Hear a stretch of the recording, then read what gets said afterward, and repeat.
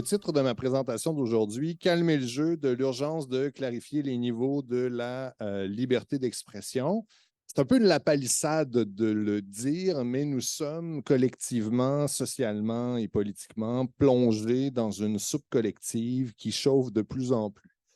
On peut avoir l'impression à différents niveaux, là, sur différents enjeux, que nous sommes la proverbiale grenouille et que l'eau chauffe, mais on se dit bien que si on n'est pas capable de trouver un moyen d'arrêter le feu sous la marmite, ça va mal se terminer pour nous, même si pour l'instant, l'eau est tout à fait supportable. Alors, qu'est-ce qui me permet de parler de cette soupe collective qui se réchauffe? Bien, évidemment, les débats publics, on le sait, là, je vais y aller de ce qui ressemble à des clichés, là, mais ils se polarisent de plus en plus. Et cette polarisation est nourrie en bonne partie par une explosion des sources de désinformation et une accélération à l'avenant des moyens de diffuser cette désinformation. Alors, on ne l'a pas abordé directement depuis la journée, depuis le début du symposium, mais la question des deepfakes, en fait, et l'impact justement là, de cette nouvelle technologie dans un contexte où, à travers les réseaux sociaux, il y a une possibilité de déstabiliser les gouvernements démocratiques par la diffusion d'un enregistrement audio à quelques jours d'un scrutin, par exemple, qui laisserait entendre qu'un des candidats a tenu des propos qui soient racistes ou encore des propos inacceptables, qui est pris dans un scandale matrimonial, que sais-je encore. Mais de plus en plus, donc, cet homme qui est au cœur de la pensée de plusieurs penseurs des Lumières, en fait, l'honnête homme qui est à la recherche de la vérité. Donc, c'est vraiment la vieille idée des Lumières qui structure les gouvernements et les sociétés démocratiques. C'est de l'échange de points de vue opposés qui est supposé jaillir la lumière. Mais à partir du moment où les faits sur lesquels et à partir desquels on doit se faire une opinion, ben, ça devient un bien d'expert et qu'on n'est plus en mesure de départager les faits qui sont vrais des faits qui sont faux. Ça implique un risque qui est très, très important, en fait, pour la stabilité des gouvernements démocratiques. Et donc, le développement des deepfakes, là, autant à travers la photo, la vidéo que les enregistrements audio, bien, ça fait en sorte que, je suis désolé pour votre téléphone, il semble en bon état, tout va bien. Fait en sorte que le matériel, en fait, dont on se sert, règle générale, pour être capable de prendre une décision comme de manière libre et éclairée, on n'est même plus en mesure nous-mêmes, ça devient un bien d'expert. On a besoin d'une instance qui va nous dire est-ce que c'est un vrai ou est-ce que c'est un faux? Donc, on le voit, on est plongé là-dedans actuellement à travers l'explosion récente de l'hôpital à Gaza. Donc, il y a une guerre d'information, évidemment, des deux parties. On s'accuse d'un côté de l'autre, on met de l'avant des preuves et là, on remet en question la véracité des preuves en question. Alors, ça devient de plus en plus difficile et cette technologie-là, évoluant presque à la vitesse de la lumière, ça va devenir de plus en plus difficile de s'y retrouver et carrément impossible, à moins qu'on ait des compétences techniques là, ou encore accès à une instance à qui on fait confiance de savoir, bien, ça, c'est un vrai enregistrement et ça, au contraire, c'est un trucage. Alors, ça, c'est vraiment un enjeu qui fait réchauffer la soupe dont je vous parlais tout à l'heure. Et de concert à ça, on est pris dans une crise, en fait, et je reprends les propos de Pierre Trudel, avec qui je suis entièrement en accord, là, les gouvernements ayant dormi au gaz depuis les 30 dernières années ou à peu près, en ce qui concerne la réglementation de l'espace numérique d'Internet, ben, les plateformes qui se sont transformées en réseaux publics dont on a besoin actuellement pour nourrir le débat politique et même qui est devenu une source importante d'information pour une partie importante de la population, donc les réseaux sociaux, qui appartiennent à des grands acteurs privés. Bon, évidemment, on a tout de suite la figure d'Elon Musk qui nous vient en tête, mais Mark Zuckerberg, que sais-je encore, l'impression que l'accès à ces plateformes-là, en raison du modèle d'affaires, ça allait toujours être un truc tout à fait libre et sans entrave, bien ça vient de s'effondrer un petit peu depuis les dernières années. On a parlé du bras de fer là, entre Facebook, Google et le gouvernement canadien, mais les choix qui sont faits par Elon Musk depuis qu'il est devenu propriétaire unique de Twitter, pardon, X, quel mauvais choix d'ailleurs marketing, là, X comme nom de réseau social. Enfin voilà, commentaire éditorial, mais on voit bien à quel point c'est un véritable problème maintenant et que ça nous limite, ça limite notre capacité à être capable de jouer notre rôle, puis de se faire entendre d'une manière égalitaire à quelque part dans l'espace numérique. Le développement des algorithmes qui font en sorte qu'on ne sait pas véritablement, et l'opacité qui est associée, on ne sait pas véritablement qu'est-ce qui fait en sorte que notre fil nous fait voir, par exemple, telle personne lorsqu'elle fait une affirmation. Et on n'a pas plus d'idées, en fait, à quel rythme est-ce que nos publications, qu'on trouve toutes et tous très, très, très intelligentes, vont se ramasser dans le fil des personnes qui nous suivent ou encore plus largement, là, quand c'est un réseau public, des personnes qui sont actives sur le réseau social. Alors, vraiment, on a une conjonction là, qui fait en sorte que, ben voilà, je suis très inquiet pour le sort des sociétés démocratiques. Mais maintenant, pour reprendre les termes que j'avais entendu Alain Deneau dire après avoir été aussi catastrophiste que moi, à part boire la ciguë, qu'est-ce qu'on fait? Et c'est donc l'objectif, justement, là, c'est qu'il y a des solutions. Et l'objectif que je poursuis avec ma présentation, c'est d'être capable de dire, dans un forum comme le nôtre, l'Observatoire sur la liberté d'expression, je pense qu'on a une responsabilité de clarifier les niveaux de la liberté d'expression et je vais discuter avec vous là, de ce que j'entends par les niveaux de la liberté d'expression et surtout de faire en sorte de non seulement rappeler, mais de structurer et nourrir un discours qui fait en sorte que lorsqu'on parle de liberté d'expression, on parle de beaucoup plus que de la stricte capacité individuelle d'exprimer son opinion sur la place publique. Alors, la liberté avec un A circonflexe, là, on devrait la cantonner peut-être à la capacité qu'on a d'exprimer son opinion, mais la liberté d'expression comme condition d'existence des sociétés démocratiques, là, ça vient avec plusieurs garanties institutionnelles qui sont tellement rattachées à la liberté d'expression qu'elles en font intégralement partie. Alors, comment on fait là, pour essayer de rétablir ce dialogue-là? À mon sens, et là, je suis un juriste, hein, je veux dire, c'est l'angle d'analyse initial, même si je parle de niveau politique et juridique de la liberté d'expression, ça demeure une garantie et que j'insiste, hein, j'y ai insisté hier dans mon tout petit mot à l'ouverture du symposium, mais la liberté d'expression, ça n'appartient pas. Ceci étant dit, ça quand même fait partie d'un texte de contre-pouvoir et ça peut être utilisé par les citoyens pour s'assurer justement de protéger ces zones d'autonomie personnelle desquelles on a besoin toutes et tous pour assurer qu'on est toujours dans une démocratie. Parce que c'est l'enjeu et c'est vraiment au cœur des textes sur les droits fondamentaux. Ce sont des textes qui sont résolument associés à des sociétés libérale, évidemment, mais démocratique également. Et ça, je pense que lorsqu'on parle adéquatement, pour parler adéquatement de liberté d'expression, il faut absolument et en toutes circonstances contextualiser cette liberté fondamentale-là à travers justement la raison d'être de ces textes-là, de la Déclaration universelle des droits de l'homme aux deux chartes qui sont applicables sur le territoire québécois, en passant par le Bill of Rights, la Déclaration des droits de l'homme et du citoyen. Tous ces textes-là ont le même cœur à quelque part et ont la démocratie en leur sein.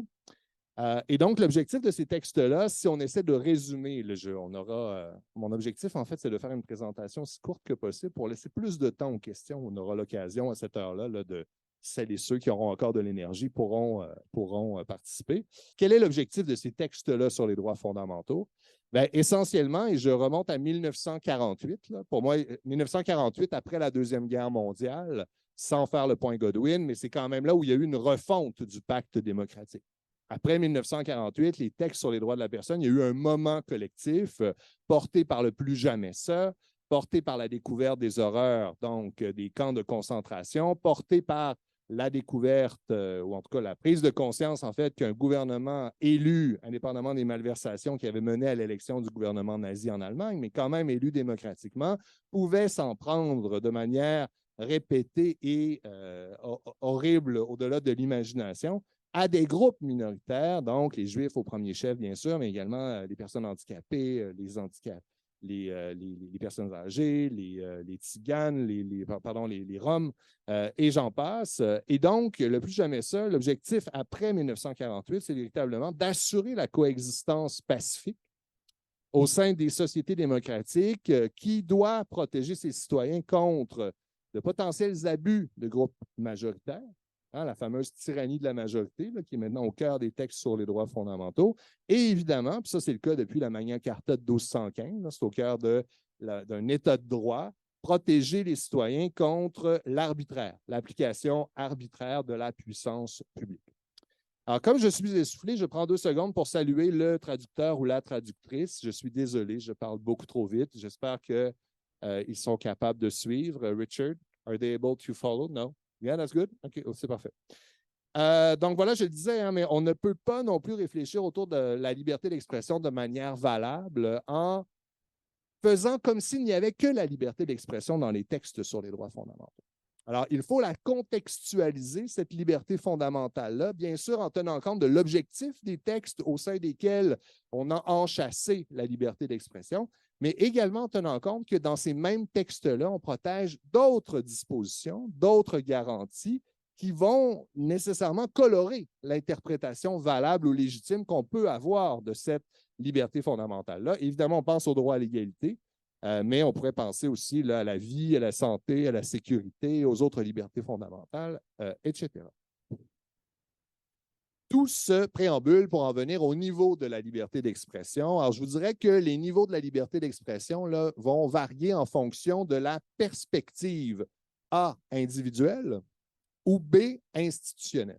Alors, je vais commencer par la perspective individuelle pour passer ensuite à la perspective institutionnelle, étant entendu que pour moi, là, ce sont vraiment là, les deux piliers qui supportent la liberté d'expression. Et pour la comprendre adéquatement, être capable de nourrir le débat public, il faut absolument, quand on aborde un enjeu de liberté d'expression, qu'on ait toujours en tête les deux volets, les deux perspectives, en fait. Il n'y a pas, je le disais, que la possibilité individuelle et individualiste de faire valoir son opinion. Moi, je pense que ce n'est pas ce qui est le plus fondamental dans la liberté d'expression, c'est bien au contraire son lien inextricable avec les autres garanties protégées par les textes sur les droits fondamentaux et le contexte de société démocratique. Alors, premier élément, invocation individuelle de la liberté d'expression. Donc, évidemment, c'est un volet qui est important. On le voit dans le contentieux notamment. C'est comme ça que les citoyens, les justiciables sont en mesure de contester certaines décisions. Alors, l'activité expressive, là, dans la plupart des juridictions, y compris la canadienne et la québécoise, bien, on définit l'activité expressive de manière très, très large, hein, très, très généreuse, souvent très subjective, c'est-à-dire à partir du moment où une personne a l'intention de transmettre un message, de transmettre une donnée, de transmettre une information, on va partir de la prémisse que, sauf exception, c'est une activité expressive qui peut être protégée par la liberté d'expression. Maintenant, on est dans la perspective individuelle et là, Daniel y faisait référence dans sa présentation hier, mais il n'y a pas que la manière juridique de faire valoir sa liberté d'expression. On peut également évoquer sa liberté d'expression comme étant le ferment ou le fondement d'un argument de légitimité.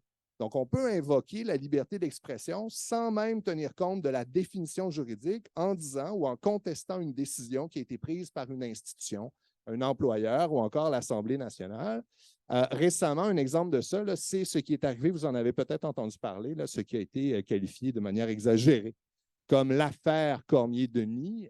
Donc, Alexandre Cormier-Denis, qui est faire attention comment je le qualifie, mais c'est je ne sais pas comment l'appeler en fait, une personne qui prend des positions dans l'espace public, je vais l'appeler comme ça, et ces positions-là sont, pour être généreux, glissantes dans plusieurs cas en fait, voire pourraient se rapprocher de courants on va dire radicaux, encore une fois, là, puisque je tente de modérer mes propos. Je suis systématiquement en désaccord avec les positions de cette personne-là, mais il est arrivé une situation, c'est-à-dire que dans le contexte d'une consultation générale à l'Assemblée nationale, organisée à l'Assemblée nationale, donc consultation générale sur la question, la thématique de l'immigration, la réforme des politiques d'immigration au Québec, donc il a déposé un mémoire et il a fait partie d'une liste initiale d'invités pour venir défendre son mémoire à l'Assemblée nationale. L'Assemblée nationale a désinvité Alexandre Cormier-Denis sans s'en expliquer, en fait, en disant essentiellement que c'est une règle de régie interne.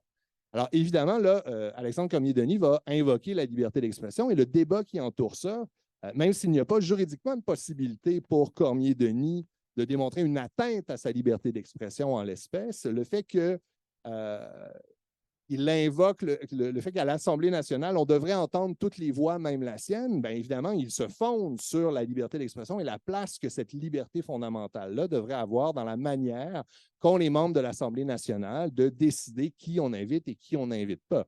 Mais maintenant, juridiquement parlant, là, la liberté d'expression, et ça, c'est fondamental d'avoir cette distinction-là en tête, sauf exception, ça ne donne pas accès à un porte-voix. Ce n'est pas parce que je parle que, sauf ici, parce que vous êtes un public captif, là, mais que je peux vous forcer à m'entendre. Puis encore, même si vous êtes un public captif maintenant avec les réseaux sociaux, vous pouvez tout à fait faire autre chose que m'entendre. Mais la liberté d'expression n'est pas entravée si on ne m'invite pas à une tribune en particulier. Elle ne sera entravée que si je suis capable de faire la preuve qu'on m'empêche de m'exprimer. On me sanctionne parce que je me suis exprimé. Si je m'exprime, j'aurai une amende, je perdrai mon emploi, que sais-je encore. Là, on va être dans une situation où il y a une entrave réelle à ma capacité de m'exprimer.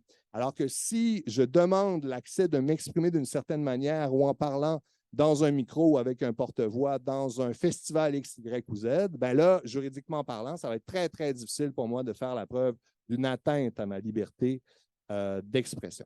Alors, ça, c'est un exemple justement là, de l'invocation, je dirais, politique au sens individuel du terme, de la liberté d'expression. Et c'est une invocation qui est fondamentale dans la vie politique parce qu'évidemment, la liberté d'expression, pour critiquer des décisions qui sont prises en disant on devrait faire autrement, bien, c'est un argument qui est souvent très, très valable. Et à terme, là, par la multiplication des appuis en fonction d'une certaine position, bien, ça peut amener à des changements de décision. Dans le cas de Cormier-Denis, l'Assemblée nationale aurait pu finir par revenir sur sa décision. Je dirais que c'est un peu le même enjeu qu'on en parlait tout à l'heure dans la conférence de M. Saunier.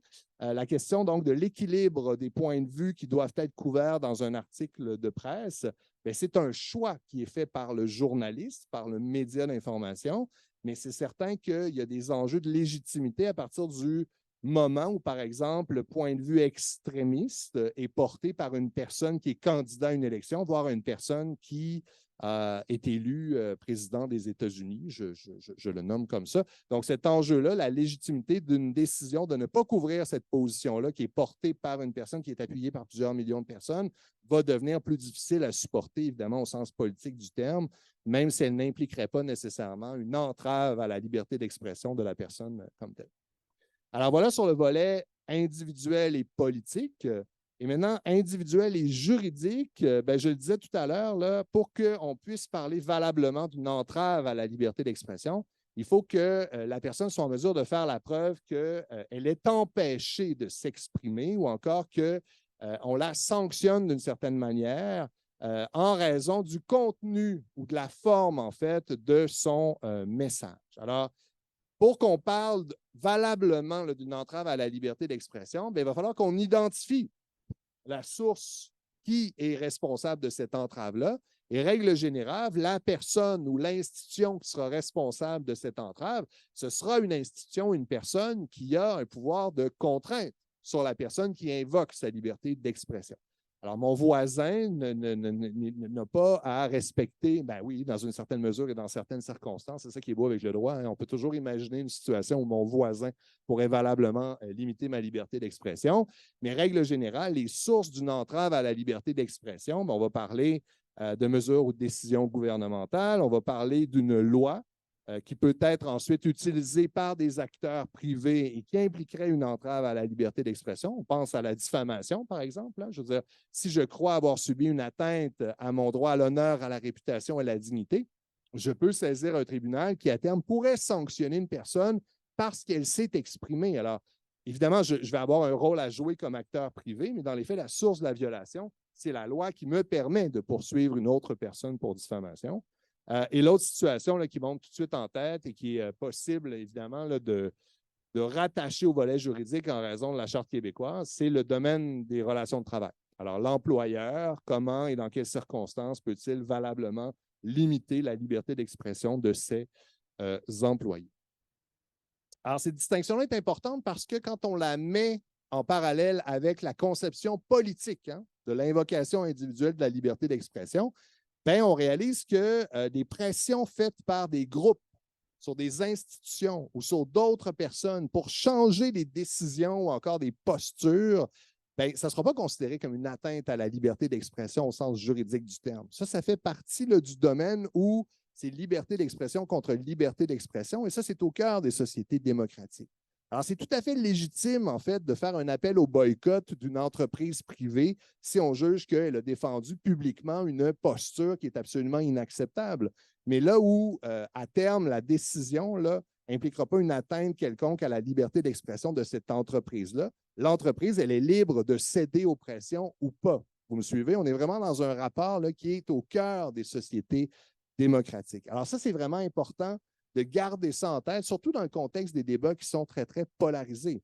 Il est tout à fait compatible avec une société démocratique que la liberté d'expression puisse être invoquée de manière répétée et répétitive à l'encontre de certains acteurs pour inciter, pour convaincre ces acteurs-là ou voir d'autres personnes de mettre une pression similaire à celle qu'on souhaite appliquer sur cet acteur-là pour, à terme, obtenir un changement, qu'il soit politique ou encore qu'il soit, ce changement-là, qu'il soit consenti par une institution, je dirais, de pouvoir au sens d'une entreprise privée, par exemple, une grande multinationale ou que sais-je encore. Alors ça, c'est vraiment, je trouve, deux niveaux importants là, qui convient de réconcilier dans une société libre et démocratique et savoir quand est-ce qu'il est valablement possible de parler de censure ou pas. La censure, au sens juridique du terme, elle ne va s'appliquer que dans une situation où il y a une institution, une personne qui a un pouvoir de contrainte sur une autre et qui se sert de ce pouvoir de contrainte-là d'une telle manière que de faire taire un discours. On ne pourra pas valablement parler de censure. Tout est possible. Tout est possible, mais pas juridiquement à tout le moins, s'il s'agit d'un groupe de pression qui essaie de faire en sorte de, je ne sais pas moi, par exemple, ça pose des problèmes de légitimité importants, mais ce n'est pas un enjeu de censure de la même manière que ce qu'on entend quand on invoque la liberté d'expression telle qu'elle est enchâssée par les textes sur les droits fondamentaux. Donc voilà pour le premier volet. Deuxième volet, ça c'est un volet qui est oublié qu'on a, il reste combien de temps? Il reste 3 minutes. Ah, c'est une blague, c'est formidable, il me reste à peu près 25 pages. Très bien, alors voilà. Et ça c'est pour 20 minutes ou 25? C'est pour 25, mais je peux être minimalement tolérant. Très bien, merci. Parce que j'étais de bonne foi dans mon désir de faire court. De bonne foi, mais pas très efficace. Oui, non, j'ai raté. Bon, très bien. Alors, on va y aller rapidement parce qu'en plus, c'est un volet que je trouve très important.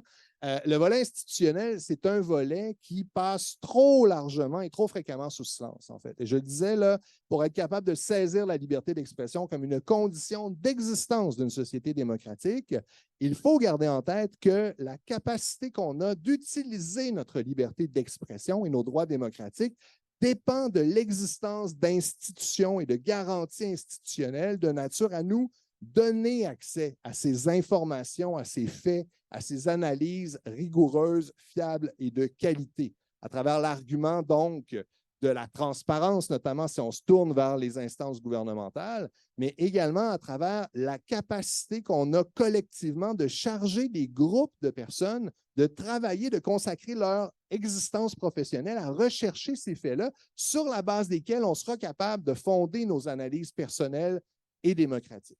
Alors, évidemment, ces trois garanties, parce que là, le temps me manque malheureusement, mais les trois garanties qui découlent et qui sont liées à la liberté d'expression, il s'agit de la liberté de la presse, il s'agit du droit d'accès à l'information et il s'agit bien sûr de la liberté académique. La liberté académique, comme la liberté de la presse, là, la raison d'être de cette garantie institutionnelle-là, c'est justement d'offrir une marge de manœuvre aux personnes qui travaillent dans les médias ou qui travaillent à l'université pour être capables de jouer leur rôle, en fait, et de fournir à la collectivité les informations dont on a besoin. Une institution de confiance, quand ça fonctionne bien, là, parce qu'il y a des médias auxquels on ne fait pas confiance avec raison, mais le principe, en fait, qu'il y a derrière, c'est ça. C'est d'avoir des gens à qui on donne une marge de manœuvre supplémentaire pour nous transmettre ces informations-là, sans lesquelles on n'est tout simplement pas capable de jouer notre rôle et de faire valoir nos choix démocratiques. Parce que si on me demande de déterminer quel candidat politique je préfère, et là je reviens avec l'exemple des deepfakes, mais qu'on me convainc du fait que l'un d'entre eux ce qu'il me montre, c'est de mange des bébés dans son sous-sol et que c'est vrai, ben, dans les faits, je vais choisir nécessairement l'autre candidat. C'est un exemple caricatural, mais dans les faits, ça montre bien à quel point, si on n'a pas de standard collectif auquel on fait confiance, vers lesquels on peut se tourner quand ça va vite et qu'on lance dans l'univers quelque chose qui est déstabilisant, qui est controversé, bien, vraiment, là, on entre dans une zone où on va rapidement sortir d'une société démocratique. Et là, la technologie, le développement des réseaux sociaux et des technologies de deepfake nous font vaciller un petit peu. Et je vais conclure là-dessus de manière forcée, en déchirant 4 pages, qu'il faut absolument qu'il y ait une urgence d'agir, en fait, au sens normatif pour s'assurer de renforcer ces institutions-là et de faire, il ne faut pas avoir l'air paternaliste, mais de d'élargir, en fait, là, cette conception-là de la liberté d'expression qui s'éloigne de la seule capacité d'exprimer son opinion, mais qui est inextricablement rattachée à l'existence de piliers de garantie qui permettent à ces institutions que sont les universités, que sont les journalistes, de faire leur travail et de nous fournir les informations dont on a besoin. Je suis vraiment désolé de m'être voilà. Mais j'étais dynamique quand même. Dynamique, oui, Merci.